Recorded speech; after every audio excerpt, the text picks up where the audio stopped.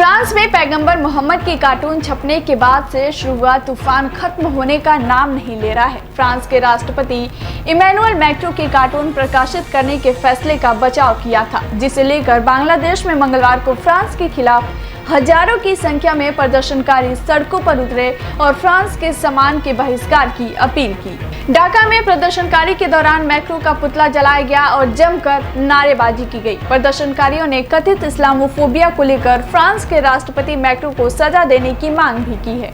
Police के अनुमान के मुताबिक इस प्रदर्शन में 40,000 से भी ज्यादा लोगों ने हिस्सा लिया। इस प्रदर्शन का आयोजन इस्लामी आंदोलन बांग्लादेश IAB ने किया था। कुछ प्रदर्शनकारी मैक्रो का पुतला बनाकर उसे जूते पहनाए हुए थे। मैक्रो ने मुस्लिमों पर अलगाववाद का आरोप लगाया था और कहा था कि पूरी दुनिया में इस्लाम धर्म संकट में है। मैक्रो ने इस्लाम में सुधार लाने और देश के 60 लाख मुसलमानों को फ्रांस के मूल्यों के हिसाब से ढालने के लिए एक योजना लाने का ऐलान भी किया था। इसी बीच फ्रांस के एक स्कूल में अभियुक्त की स्वतंत्रता विषय पर चर्चा के दौरान एक टीचर ने पैगंबर मोहम्मद की कार्टून दिखाया तो उसकी निर्ममता से हत्या कर दी गई। इस घटना के बाद फ्रांस में तमाम प्रदर्शन हुए थे और सरकार से इस्लामिक कट्टरपंथ पर नकेल कसने की मांग भी उठी थी।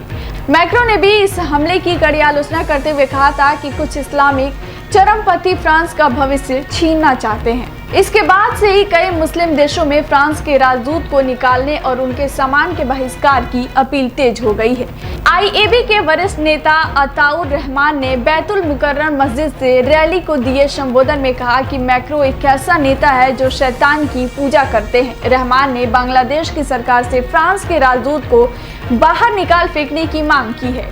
एक अन्य नेता हसन जमाल ने कहा कि अगर फ्रांस के राजदूत को देश से निकालने का आदेश नहीं आया तो कार्यकर्ता दूतावास की इमारत की एक की गिरा देंगे।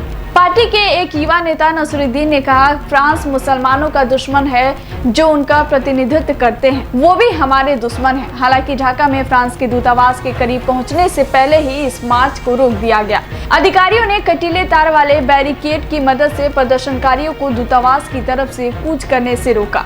इस्लामी आंदोलन समूह के अध्यक्ष रजूल करीम ने फ्रांस से पैगंबर मोहम्मद की कार्टून से दूरी बनाने के लिए कहा। करीम ने कहा, हम मुसलमानों ने कभी भी दूसरे धर्म के नेताओं के कार्टून नहीं बनाए।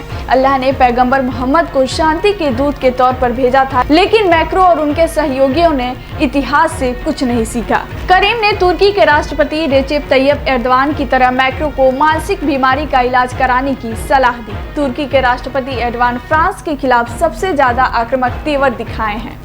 हालांकि बांग्लादेश की सरकार ने अभी तक फ्रांस के खिलाफ कोई बयान जारी नहीं किया है। बांग्लादेश में 16 करोड़ मुसलमान रहते हैं, लेकिन यहाँ के संविधान में धर्मनिरपेक्षता को जगह दी गई है। तुर्की, पाकिस्तान और अन्य मुस्लिम देशों की तरह बांग्लादेश के नेतृत्व ने मैक्रो के बयान को लेकर प्रतिक्रिया नहीं दी है। इसकी एक वजह यह भी है कि फ्रांस बांग्लादेश के लिए एक बड़ा बाजार है और बड़े पैमाने पर उसे निर्यात करता है। ईरान ने भी फ्रांस के राजदूत को समन कर कार्टून को लेकर विरोध दर्ज कराया है। ईरान के सरकारी चैनल के मुताबिक ईरान के विदेश मंत्रालय के एक अधिकारी ने फ्रांस के राजदूत से कहा कि टीचर सैमुअल पैटी की हत्या के बाद उनकी सरकार की प्रतिक्रिया अनुचित थी और फ्रांस अभियुक्त की स्वतंत्रता के नाम पर इस्लाम के खिलाफ नफरत को बढ़ावा दे रहा है।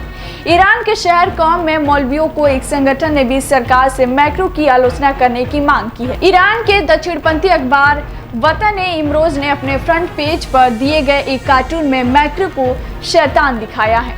पाकिस्तान के कराची शहर में कार्टून के प्रकाशन के खिलाफ प्रदर्शन हुए। यहाँ भी मैक्रो के पुतले जलाए गए और फ्रांस के खिलाफ नारे लगाए गए।